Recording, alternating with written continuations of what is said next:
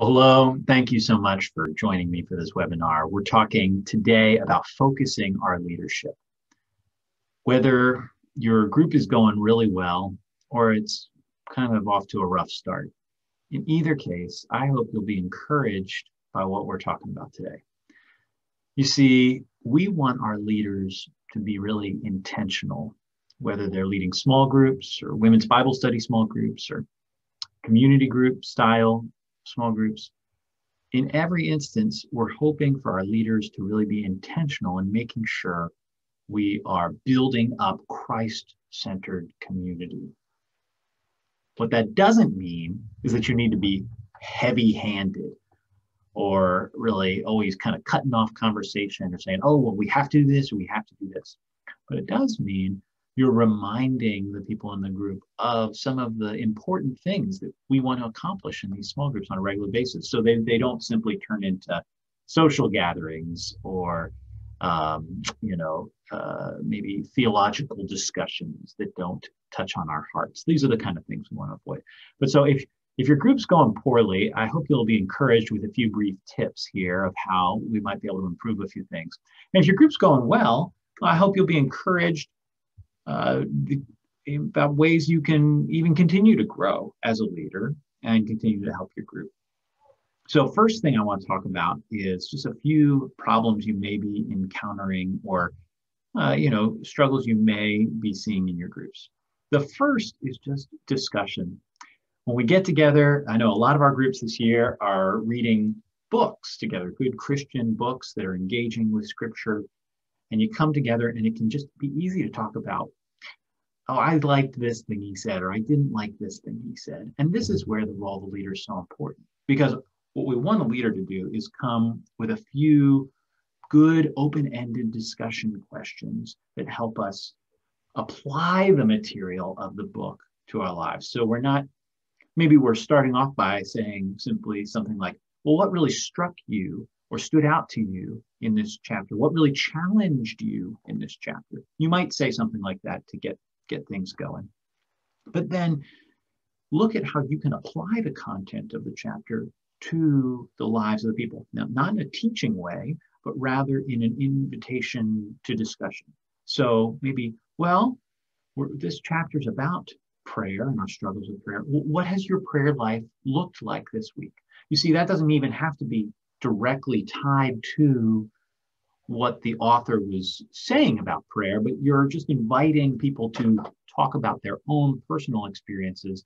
And that can be one of a series of questions you encourage the group towards for the sake of getting good discussion that's more involving our hearts and our lives and getting into the meat of the chapter and not just simply talking about, well, I didn't like this, or I liked this, or I think so-and-so needs to hear this, that sort of thing.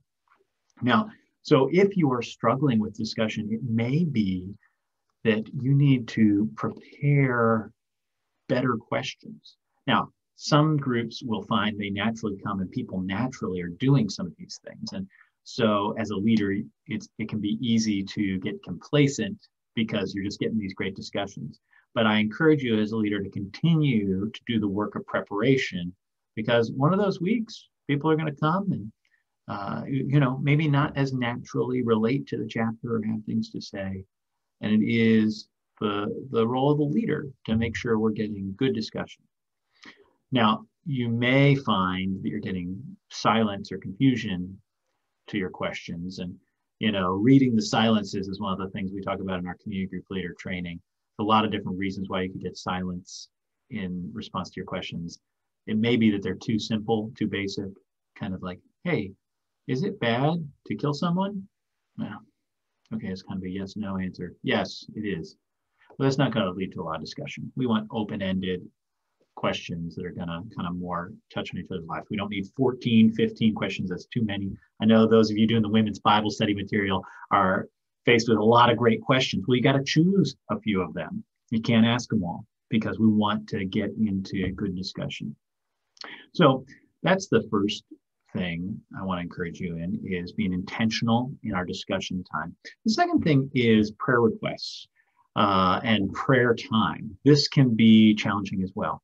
Many of us may have people in our groups who just aren't sharing very deeply, and that's okay. It can take time, but a way you can encourage your group towards deeper sharing is asking follow-up questions about their heart, about their faith. So they share about someone, maybe one of their children, something about their children. It may not be immediately obvious how their heart is dealing with that, or how that's an issue of faith. You could ask them the follow-up. Well, how is that affecting your relationship with the Lord? Or how is your heart doing with that? And if the prayer request was so kind of far from any sort of meaningful heart issue for them, those questions might reveal that and push them towards deeper sharing in the future. You can do this in a non-shaming way, of course. But inviting our people towards deeper times of prayer and sharing is important. And that, as a leader, will be important for you to be thoughtful about making sure you are sharing in ways that are vulnerable and from the heart, actually sharing how your heart is navigating relationships with others and the Lord as you're asking for prayer. Now, another problem that some folks may be experiencing is members of your group not coming to the group very often. And there's a few things you can do here. One, you might consider more contact with them on off weeks, not nagging them about missing them, but simply just the follow-up contact of saying, hey, how are you doing? And maybe just a one-on-one instead of in the group contact. Building up relationships so that there's perhaps more interest in coming in the future. Additionally, it never hurts to send a reminder and an invitation. You know, I begin by just making sure if people aren't remembering the group, that you're sending a reminder a day in advance or a week in advance or something, or maybe a calendar invite on Google Calendar. I've found that helpful sometimes. But you can also then, if that's not working, move to direct invitations. Hey, so-and-so, we've really missed you. I would love for you to join us next week. And if the invitations still aren't working and, you know, they're not coming for many weeks in a row, I think it's helpful and important to ask them, well, do you actually want to be a part of this small group? Because that would mean actually participating and coming. And it's hard not to get feelings hurt here because they may not want to be in the small group. But I invite you to move to a more shepherding posture, saying this isn't good for them. And it's also hard for you as a shepherd. So maybe the person needs to not be a part of the group. And that, you know, that's extreme. That's further on down the road. But that is an important thing to consider, both for their well-being and the well-being of the group, because that can be a real morale killer if one or two members of the group just are never showing. So a couple other things to mention here that have to do with focusing our leadership. One, what happens when you're not able to be there? Something comes up, you have to travel for work, the group still wants to meet, great. Please designate a leader and impress upon him or her the importance of structuring the time intentionally. Those very sorts of things we're talking about here. You might even let them watch this video. Some of you are such natural leaders, you don't even realize that you are moving the group along, and you might think, well, this group can just run without me, it'll be fine. But I'd encourage you to see that there is real value in having a leader. And a good leader is not a heavy-handed leader, right? But it's one who's able to just give structure, move things along. And so it helps to give instructions to the leader you've designated. Say, okay, this is kind of the content we want to talk about. This is the time limit. Here's some thoughts about moving towards prayer this week. Give them some guidance when they're filling in for you as leader. And then lastly, you may be wondering about how we are doing shepherding this year. Well, I'm very excited to announce we've made some significant progress in a shepherding plan that will actually care for all of our small groups, our women's Bible study groups, our community groups, our men's and women's small groups.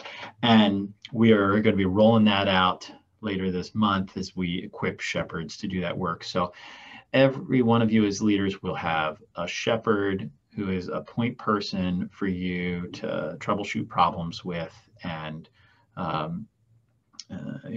receive care and prayer from. But in the meantime, if there is something heavy going on in your life or in your group, please reach out to myself or to Becky Buma. We would love to hear from you and walk alongside you in whatever the difficulty may be. And so please do not just struggle alone. We don't want that. We want to care for you as a leader, as you are caring for members of the congregation.